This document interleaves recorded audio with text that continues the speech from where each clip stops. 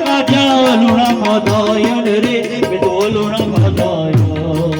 ગણપણ સુધી હળિયું કાઢી ગણપણ સુધી હળિયું કાઢી ડખમાં કાઢ્યા લાવો જીવનનો લીધો માએ એનો દીકરો કીધો લાવો જીવનનો લીધો મોટો તમે દીકરો કીધો ગંગાના નીર તો વધે ઘટેરે લોલ ઓ ગંગાના નીર તો વધે ઘટેરે લોલ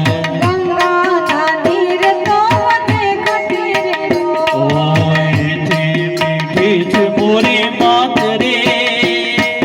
એથી મીઠી છે મોરી માત રે જનની જોડ સખી નહીં જડે લોલ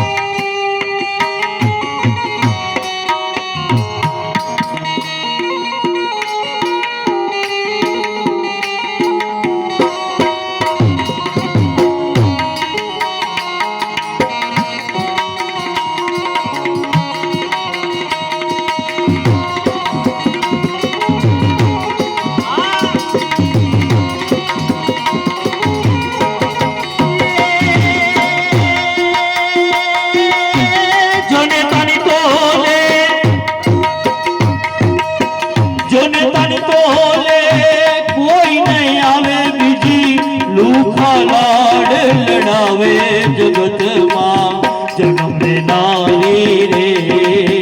મારી જનતાને તોલે કોઈ નાવે જગતમાં જન્મ નારી રે મારી જનતાને તોલે કોઈ નાવે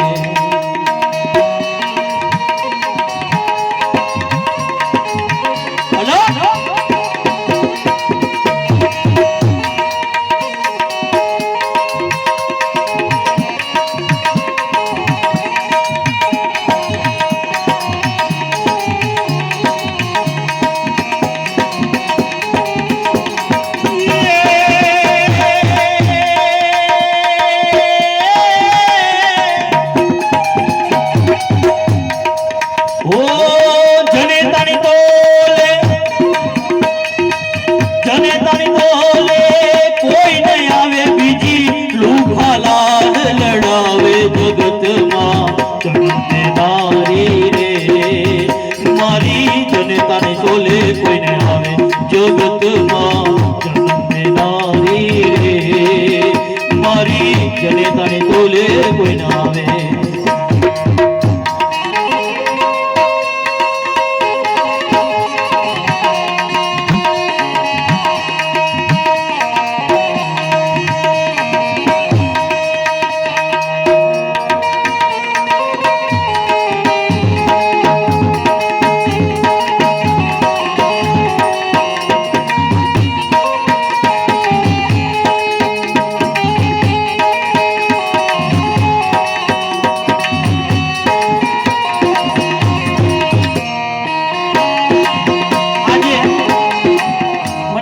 યાદ આવી ગઈ સમઢિયારા ગામની અંદર ગંગા સતી પાનબાઈ ઈ પણ હાહુ હોવો જ હતા ગંગાબા અને પાનબાઈ બે હાહુ હોવો જ હતા એનું જીવન ચરિત્ર જોઈ લ્યો હાહુએ એની વહુને તારી દીધી એક હાહુએ એની વહુને ભવ સાગર થી તારી દીધી ને આપણે છે ને ટાળી દઈ બસ એટલો જ ફેર છે હાહુએ એની વહુને તારી દીધી ને આપણે ટાળી દઈએ ત્યારે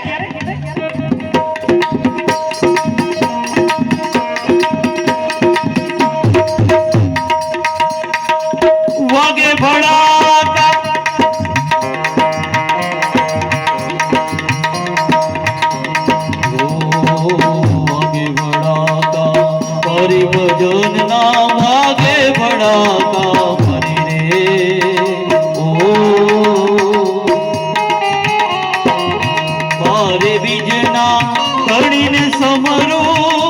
તે બીજના રે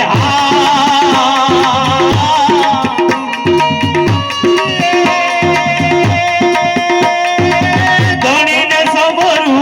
ડુકડકને જાધારી ભજનના કકડંકને જાધાર ભજનના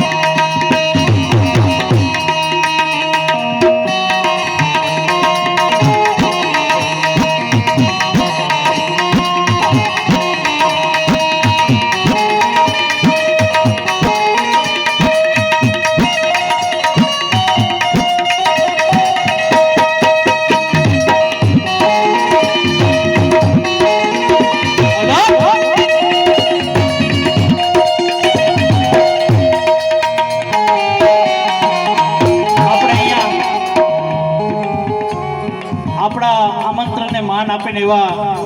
લોકગાયક જનકભાઈ પણ અહીંયા પધાર્યા છે. સમયને અનુસાર આપણે એને પણ વારો આપશું, પણ આપણે દીકરા દીકરીને અહીંથી શ્રદ્ધાંજલિ ગાવી છે ને ખોડા દાદાની પાછળ, કારણ કે મરણની અંદર શ્રદ્ધાંજલિનું ખૂબ મહત્વ હોય છે.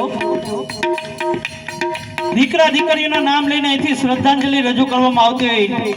પણ એક કડી ગાઈને પછી આપણે શ્રદ્ધાંજલિ તરફ જવું છે. ત્યારે આ ભડાકા ક્યારે વાગે? આપણા મા બાપ કે રસ્તે ચાલવું પડે, આપણા ગુરુ મહારાજ કે ને રસ્તે ચાલવું પડે ને જિંદગીને સ્વયંમાં જીવવા માંડશો ને એટલે આપોઆપ ભડાકા વાગવા માંડશે. રેણી કેણીમાં જીવવા માંડશો ને એટલે આપોઆપ ભડાકા વાગવા માંડશે બાપ. કારણ કે જતી અને સતી આ સંસારની અંદર રેણી કેણીમાં જીવવા માંડે એટલે મારા ઠાકોરજીને ત્યાં કુખે રમવા આવવાનું મન થાય, પણ રેણી કેણીમાં રહેવું પડે, એમને નો મેળ આવે. અને જે રેણી કેણીમાં રહ્યા ને એને ભડાકા વાગ્યા. નરસિંહ મહેતાને પણ આજ ભડાકા વાગતા હતા, મીરાબાઈને પણ આજ ભડાકા વાગતા હતા. અને પીપળી ધામની અંદર મારા સવારામ બાપાને રાત્રે કાનો હક નહોતો લેવા દેતો, ત્યારે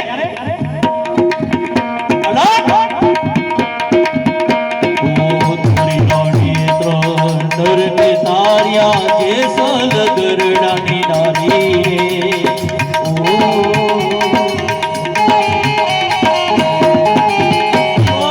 ધોરી રાણીએ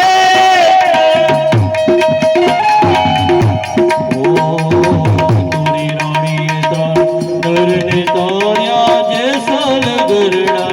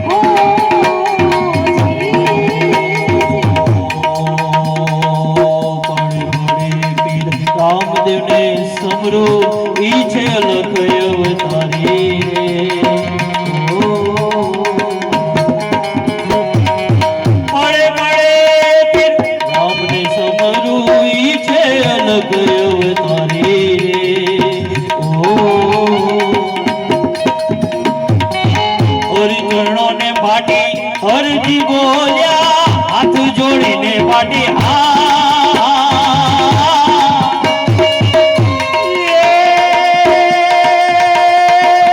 હરજી બોલ્યા થોડી દાયરો મેને જાધારી ભજનના થોડી દાયરો મેને જાધારી ભજનના કોણ અહીંયા ખોડા દાદાના આત્માને મોક્ષ આપવો છે ત્યારે અત્યાર સુધી ખોડા દાદા આપણી સાથે હતા